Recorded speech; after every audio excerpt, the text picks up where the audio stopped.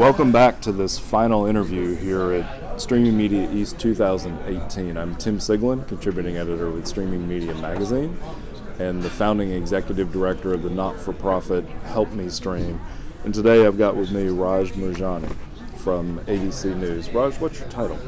I'm the product manager at ABC News. I have a very interesting role there because I sit on the intersection of art and technology and user experience. So I get to work with a lot of emerging technologies, emerging platforms, and how that works into storytelling. And how do you make decisions around storytelling in terms of the medium or the platform? Because in the old days it was, do you do it in print? Do you do it in video? Do you do it in still photography or film? And now it seems like we've got 35 or 40 different mediums that we can work with. Yeah, there's a lot of different mediums now. It's amazing, sort of like the evolution of the space. If you going back to just print, to radio, to photos, to now what with VR, AR, XR, which is now, I think What does XR stand for? XR is extended reality, so it encompasses augmented reality, virtual reality, mixed reality. And it's interesting because I've heard people talk about MR, so now we're adding another R Yeah. to the mix. Yeah, the way I look at it is it's basically just part of the entire spectrum. So if you look at physical reality, the space that you and I are in, that's one end of the spectrum. The other end is virtual reality, which is a total digital environment that's created. Then in the middle, you have augmented reality, where you'll have, digital objects sort of like in a space, in a physical space. And mixed reality is an interesting sort of combination of digital objects and real people is sort of interacting with that, and the physical space sort of responding to those digital objects. Okay. So AR might be like a heads-up display on the real world, where mixed reality could be haptic feedback after bumping into something that's part of the virtual world? It could be part of like some sort of feedback you get from a digital object residing in your physical space. Okay. But you still see the physical space and the digital objects living together. Okay. So again, how do you choose the platform when it comes to a story? So it depends on the story, right? So one of the questions when we're looking at any of these emerging technologies and trying to figure out what is the tool we want to use to help enable these stories is, well, will this, take it to the next level, or is it just something that's kind of where we're trying to do it as a gimmick, right? I think a good example is I helped launch ABC News VR about 3 years ago, and our first piece was this piece called Inside Syria, where we took you into Damascus and we had our correspondent follow a bunch of young archaeologists protecting these Syrian antiquities from ISIS. Okay. And there was a Nightline piece and a World News piece, but then at the end of the segment, people were instructed to put on a headset and go to abcnews.com/VR and be able to then go to Damascus and experience that city for yourself.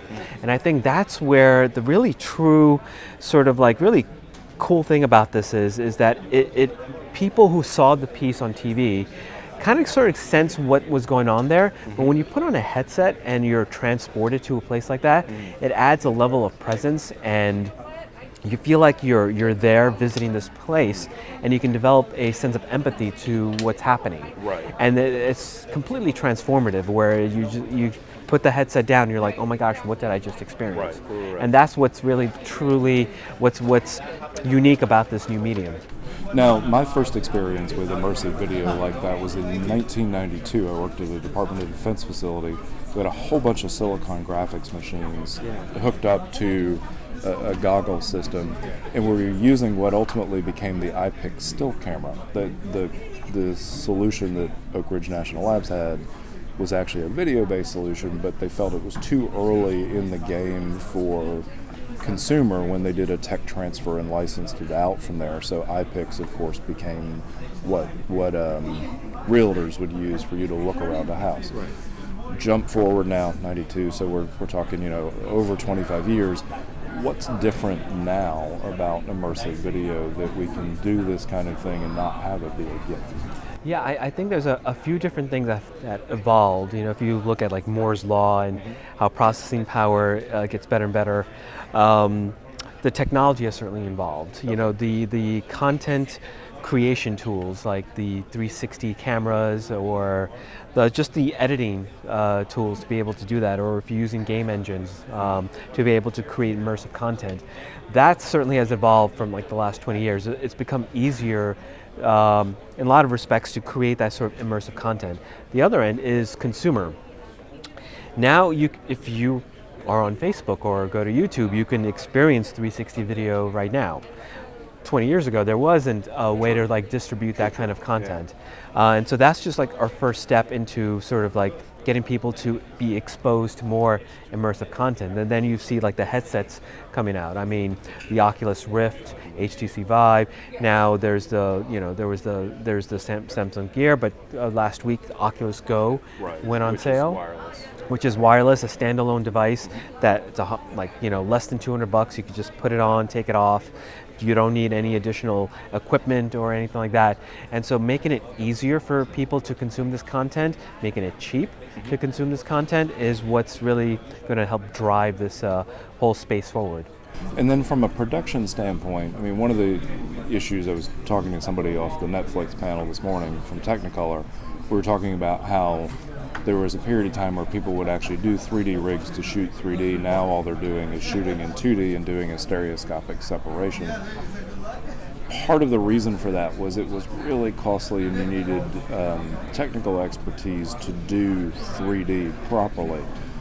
Do you find the same is true in terms of doing 360 video or immersive video properly from a news organization standpoint?